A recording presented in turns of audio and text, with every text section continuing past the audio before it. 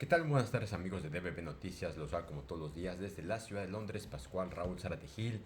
Antes de comenzar los queremos invitar como todos los días que entren a nuestro portal de noticias dbbnoticias.com, un portal que tiene el propósito único de mantenerlos bien informados, así como también que nos escuchen en Parmenas Radio, donde esta transmisión será compartida unos minutos más tarde. Y comenzamos comentando lo que está ocurriendo en nuestro estado de Puebla, ya que bueno, el día de hoy ha habido unas noticias referente a la coordinación con el gobierno federal en avanzar proyectos transformadores para la soberanía, la coordinación entre el gobierno de México y Puebla para consolidar proyectos como el Gran Telescopio Milimétrico y la Universidad Rosario Castellanos avanza. Así lo expresó Román Meyer Falcón, titular de la Unidad de Proyectos de Infraestructura Urbana y Espacio Público del Gobierno de México. Durante la mañanera, Román Meyer destacó que la Secretaría de Infraestructura, Comunicaciones y Transportes del Gobierno de México y del Gobierno de Puebla están en condiciones para desarrollar los proyectos conceptuales y arquitectónicos del Gran Telescopio Milimétrico en el volcán Sierra Negra, el cual busca promover la vista del turismo nacional e internacional. De igual forma, refirió que el próximo año se pondrá a detonar la edificación y construcción de la infraestructura para las y los visitantes. De igual forma, explicó que en el segundo proyecto de los humeros, que busca a través de elementos naturales, generará un diseño atractivo para que el turismo lo conozca. Otro tema más es que sobre nuestro estado es que la Estrategia Nacional 3 por mi Salud arrancó en Puebla en el objetivo de prevenir enfermedades derivadas del sobrepeso y la obesidad. La campaña pues realmente va sobre todo dirigida para evitar el consumo de productos chatarra, edulcorantes. Fue puesta en marcha por el gobierno de Alejandro Armenta Mier y Ramiro López Elizalde, subsecretario de Política de Salud y Bienestar Poblacional del Gobierno de México.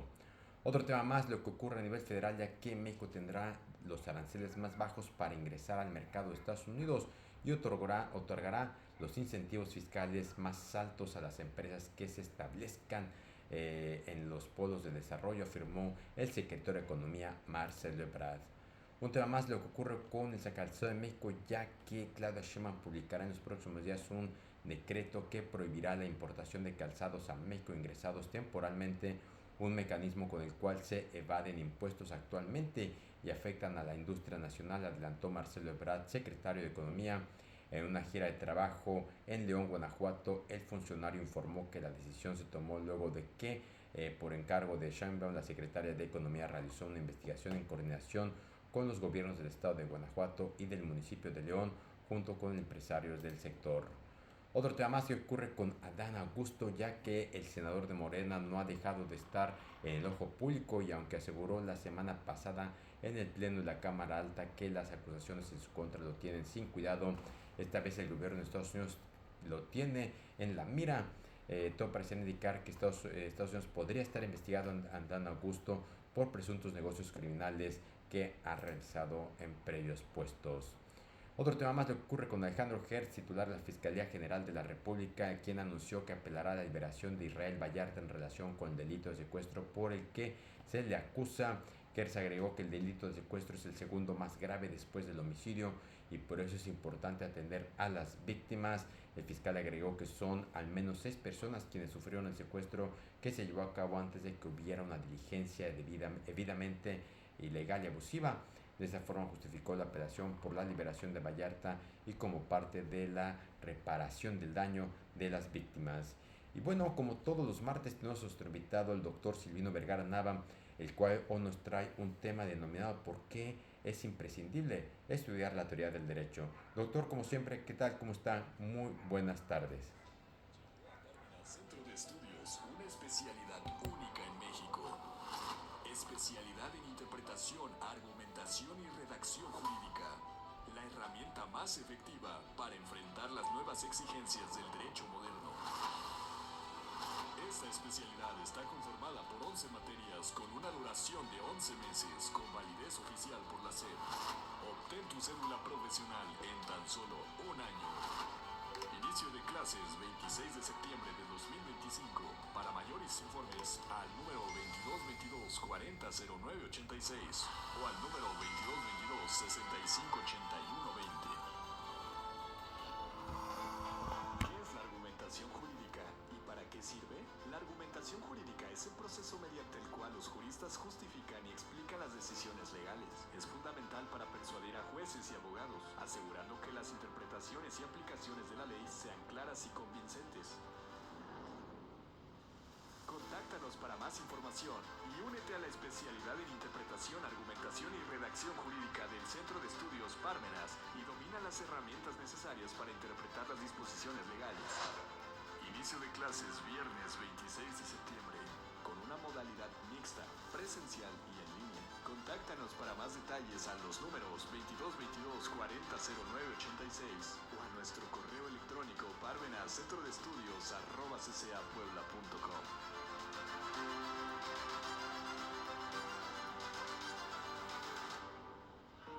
El segundo semestre de 2025 será clave ante la inminente implementación de reformas constitucionales y nuevas obligaciones. Los seminarios en línea de defensa fiscal ofrecen más de 20 sesiones con temas como fiscalización, infracciones, ley antilavado, derechos del contribuyente, delitos fiscales, redacción jurídica y expresión ante autoridades. Incluyen constancia, material de apoyo, acceso a las grabaciones y 2 cursos: Introducción al Derecho Municipal, Inteligencia Artificial y Derecho. También se entrega el libro El Derecho al Revés del Dr. Silvino Vergara Nava. Están dirigidos a contribuyentes, abogados, contadores y asesores para enfrentar los retos legales actuales. Parmenas Centro de Estudios.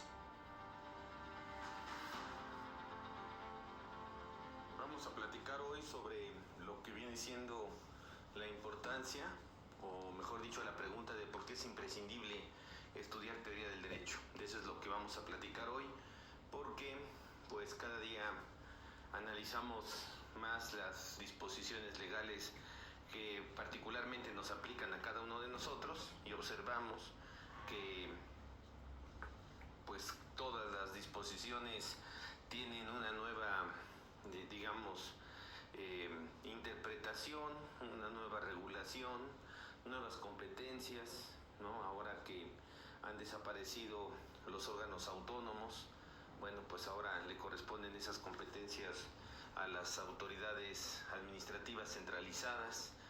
Todos estos conceptos que conocemos actualmente relacionados particularmente con la complejidad de las modificaciones legales, la falta de regulación posiblemente en cuanto a las reglas de carácter general, la preocupación que da muchas ocasiones esta legislación que se hace a medias, y diríamos que es una legislación a medias por todo lo que representa la posibilidad de que a través de otras disposiciones se complementen propiamente las regulaciones que corresponden a particularmente el planteamiento, ¿verdad?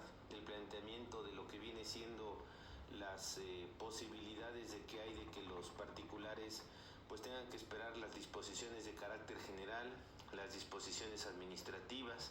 Entonces, bajo ese criterio, pues tendríamos entonces que analizar que todo esto pues corresponde a la materia administrativa, todo esto corresponde a la materia de las regulaciones que atienden particularmente a lo que viene siendo la posibilidad de que estos particulares estén en condiciones pues en especial de llevar a cabo una serie de actuaciones, una serie de medidas que tengan que ver precisamente con analizar todo lo que viene la problemática de estas disposiciones. Basta con analizar que el día 16 de julio hubo una gran cantidad de publicaciones de lo que viene siendo las reformas y nuevas leyes, que propiamente lo que se hizo es que se implementaron nuevas leyes administrativas, leyes que regulan disposiciones de carácter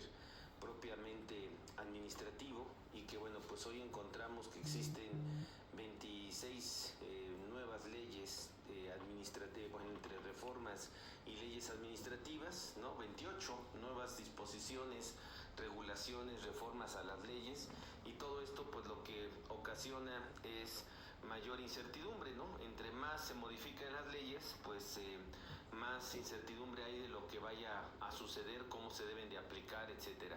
Y adicionalmente, pues lo que hemos estado platicando ya desde hace un buen rato, 19 decretos de reformas constitucionales en 4 meses. Bueno, pues entonces, ¿qué le queda al que aplica el derecho, al que lleva a cabo la operación legislativa en cuanto, o mejor dicho, a la operación de aplicación de esas disposiciones legislativas? Bueno, pues lo que le queda es la necesidad de comprender en su magnitud todas estas modificaciones. ¿Y cómo se comprende en su magnitud estas modificaciones? ¿Cómo se logra contar con ese criterio legislativo, vamos a decir, un criterio jurídico, vamos a llamarlo de otra manera, que podría ser ese olfato jurídico? Bueno, pues entonces la manera de entenderlo es a través de la teoría del derecho. Por eso es imprescindible, ¿no? E insistimos en cada ocasión que hay oportunidad, pues de que la teoría del derecho pues es esencial para entender el alcance de las disposiciones legales. Ahora, la teoría del derecho no es nada más para pues aquel que está ahí abandonado, vamos a decirlo así, en un problema, ¿no? Donde no le entiende ni siquiera a su propio abogado, porque muchas cosas así suceden, muchas ocasiones así sucede, de que ni siquiera se le entiende al propio abogado de lo que es la magnitud de estas regulaciones. Y bueno, pues entonces lo que tenemos que hacer pues es propiamente analizar cuál es el alcance de todas estas medidas, de todas estas determinaciones que se realizan como particulares, como ciudadanos de a pie. Y entonces, ante esta situación, pues observamos que nos encontramos con una problemática, y esa problemática que nos encontramos es la que corresponde precisamente a tener esa comprensión jurídica. ¿Cómo se logra esa comprensión jurídica, ese olfato jurídico, ese criterio jurídico? Pues entonces el que da esa herramienta es la teoría del derecho. Y bueno, pues habría que buscar entonces el antecedente de la teoría del derecho. Y bueno, pues el antecedente de esta teoría del derecho, o mejor dicho, teoría general del derecho, pues es la que corresponde al siglo XIX. Hay que recordar que en el siglo XIX pues se fue formando los estados como hoy los conocemos, y en esos estados había que legitimar muchas funciones y también limitar sobre todo la función de la administración pública, la función del Estado. Y la manera de limitar la función del Estado pues fue precisamente a través de lo que viene siendo en particular la manera de restringir, ¿verdad? De restringir sus funciones a través de la ley.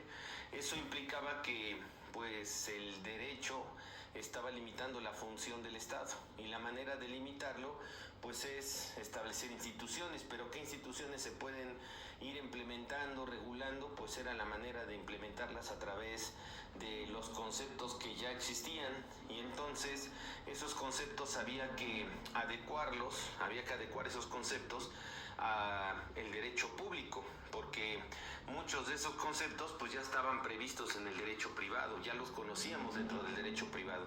Ahora lo que había que hacer era adaptarlos al derecho público.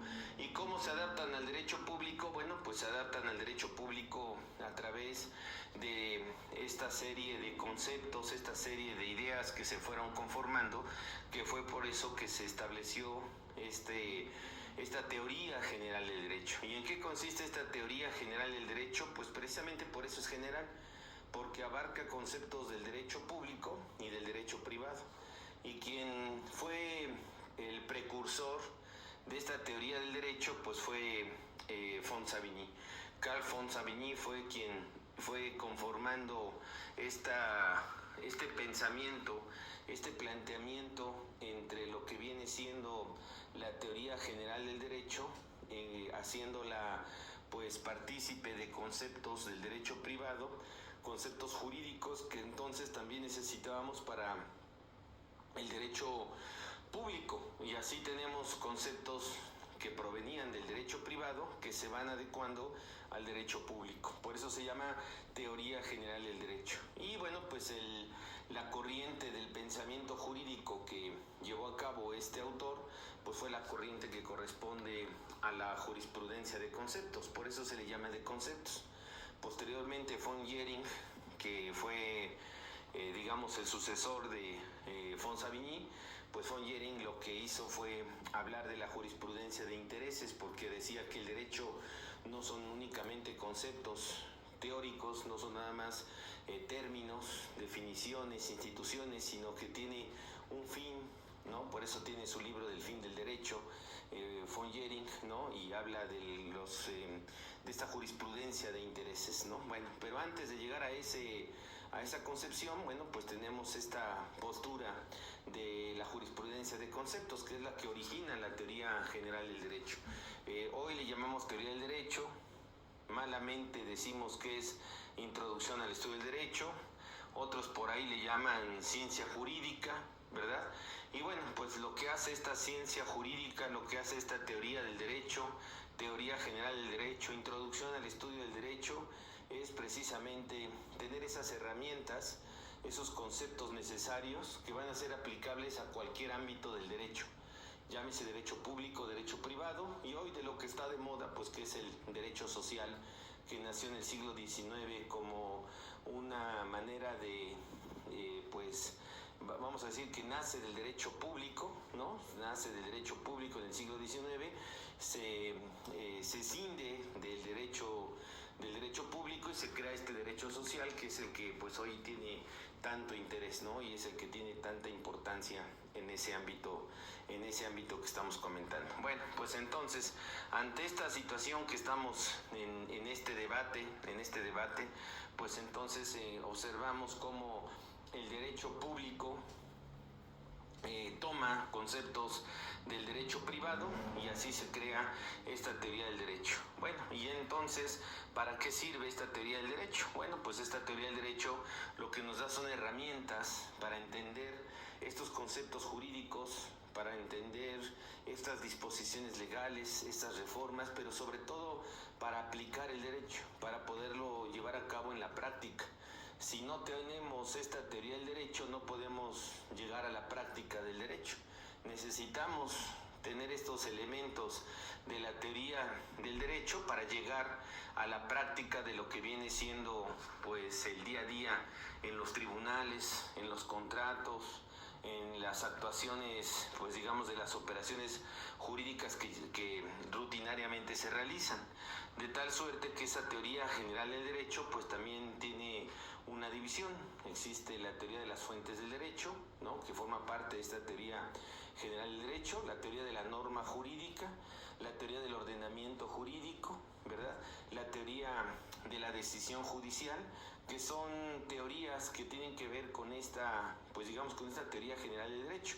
Hoy de lo que está de moda pues es la teoría de la argumentación jurídica, hoy lo que está de moda es la teoría de la prueba, pero bueno, todas estas van conformando la teoría general del derecho, que es la que nos va a dar esas herramientas para poder resolver los problemas prácticos. Digamos que la teoría general del derecho viene siendo algo así como la caja de herramientas y el manual de cómo usar esas herramientas.